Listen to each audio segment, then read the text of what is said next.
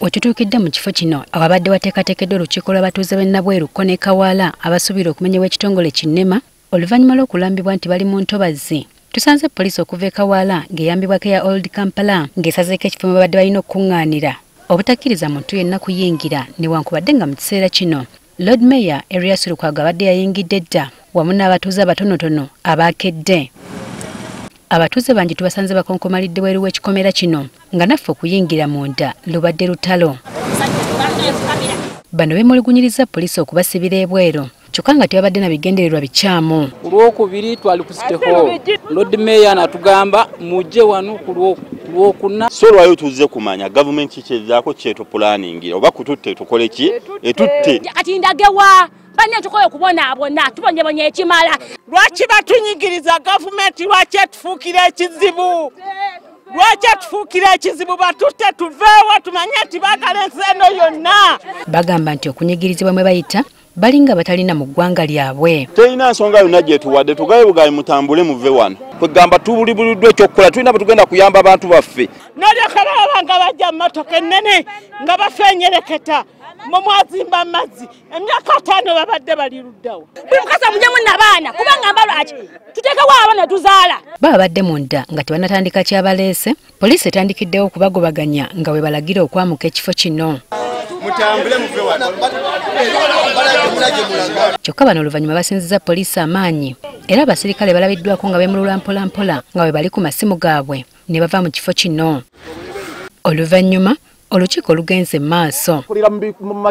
Mu lukiiko luno Lukwago mwasinzidde n'ategeeza nga bwagenda okukuba Nema mu mbuga z'amateeka olw'okulinnyirira eddembe ly'obuntu olw'obutagoberera amateeka. N'etteeka lya Nema mu schedule ligamba nti ebimuli ebyo biyambako n'obutonde bw'ensi.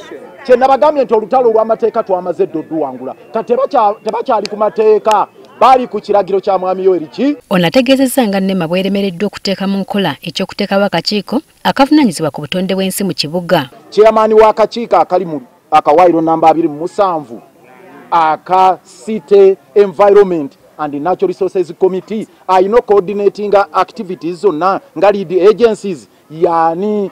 Lukwago ng'akyayogera abasirikale bafubutuse mu buli kasonda ne bamulagira okuyimiriza olukiiko luno. Ng'akyakalambidde omusirikale amujjukiza nga bwe yali amusinkanyeko ne Lukwago kyakkiriza nti yali omu ku baamunyiga ebitundu by'ekyama bwe bamukwatira mu maka ge gye buvuddeko.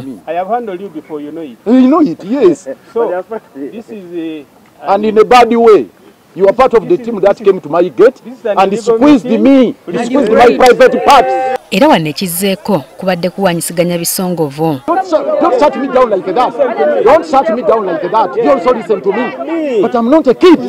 I'm not a kid. You can't tell me like that. Please, I'm the Lord Mayor of the city. You can't shut me down like that. Mu kavuvuŋŋano kano abamu ku batuuze balaba ebiwanvuye ne beetegula mpolampola okuva mu kifo kino.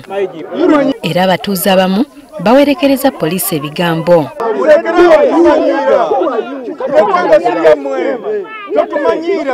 Tatulina watusula abaana tebalina we babeera nene mmeya mu mutulugunya. Ffe tugenda kufa n'abannema mugenda kumala kututta mulyoka mumenye ennyumba zaffe. Naye abasirikale batubonyabonyawo tebazaalibwa tebalina baana tebalina bamaama baabwe.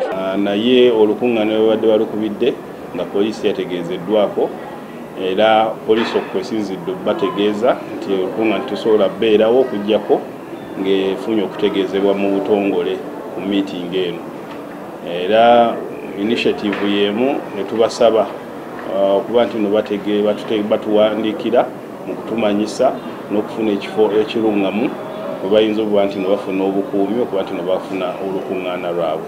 Oluvannyuma Lukwago akubidde akulira ekitongole Kinema essimu ne boogerezeganya era ne bakkanya okusinkana olunaku olw'enkya babeeko bye bakkiriziganyako. Tuddemu tutuule RCC nga weebali ba MP nga weebali nange ne ba Mayor nga weebali kudda mu maaso okuva kati tewaliwo bikolwa bya kumenya abantu biina kukolebwa.